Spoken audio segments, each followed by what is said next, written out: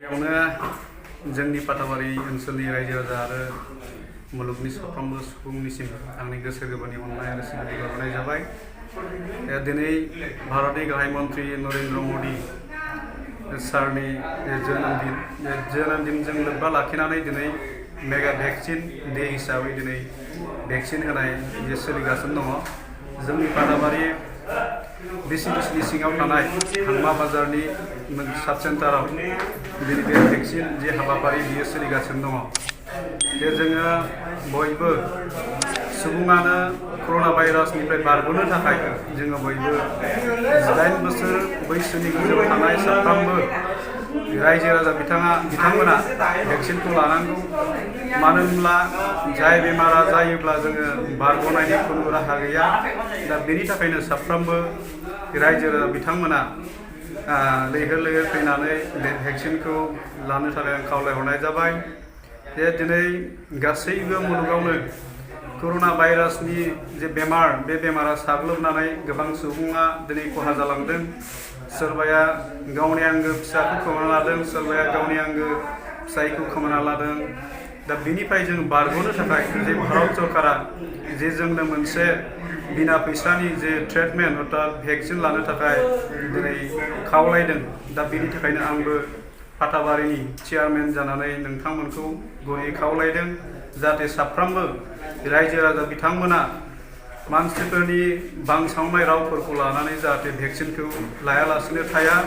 दा बेखायनो आं गले-गले खावलायदों जाहाथे बयबो जोङो भेक्सिनखौ लानानै जाहाथे जोङो फार्स्ट द'ज आरो सेकेन्ड द'ज मोननैखौ भेक्सिनखौ लानानै गावखौ बेमारनिफ्राय बासायनो नाजा आरो गुबुनखौबो बासायहोनो नाजा। दा भेक्सिन जे गासैबो सरकारनि जौगाखांनाय खामानिफोराव भेक्सिननि फोरमान बिलाइनि गोनांथि जानानै फैदों।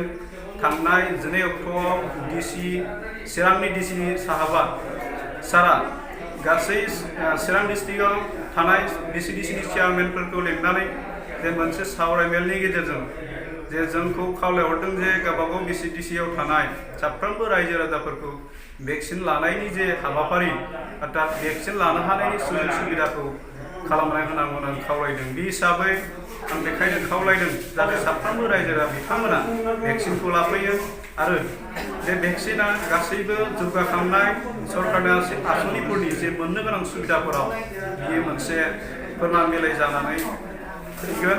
दा बेनि थाखाय आं बयखौबो भेक्सिनखौ लाबोनो थाखाय खावलायनाय जाबाय। एसेनोसै। सारनिसिम मोनसे सोंथि, रायजो राजाफोरनि दाबि माने गोबां सुबुङानो गोबां पाब्लिकआनो बुंसोलायगासिनो दङ माने भेक्सिन लायोब्ला आथोनावहाय गाज्रि गोहोम गोलैयो होननानैहाय बिनि फिननायखौ सारा मा होनो सानो?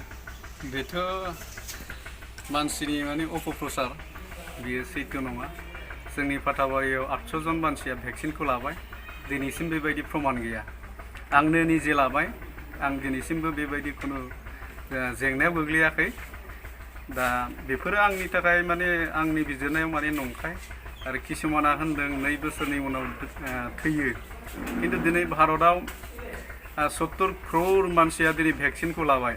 दिनै बिथांमोना सोरबा साधारन सुबुं नङा।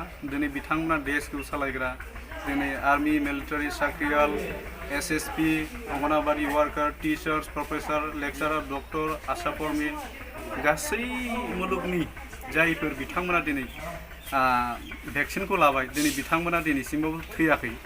जुदि बिथांमोना थैनानै थाङोब्ला जों बायदि साधारन सुबुङा थांनानै थानानै मा लाब दङ?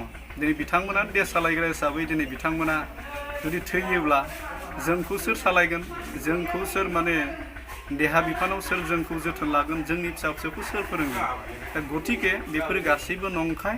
दिनै भारतनि गाहाय मन्त्रिमोन बादिया लादोंबा, भारतनि हादोरगिरिमोन बायदि लादोंबा, भारतनि गासै माने सरकारि जन्थ्रफोर जायफ्रा सालायो बिथांमोना लादोंबा, जों बायदि साधारन सुबुङा गिनांगौनि जेबो बाथ्रा गैया होननानै आं सानो। बेखायनो साफ्रोमबो रायजो बिथांमोनखौ बे नंखाय बांसावनायनिफ्राय जानगाराव थानानै थार गावखौ कर'ना बेरामनिफ्राय बासायनो थाखाय बयबो भेक्सिनखौ लानांगौ होननानै आं खावलायो। गोजोननाय थाबाय सारनिसिम। Thank you.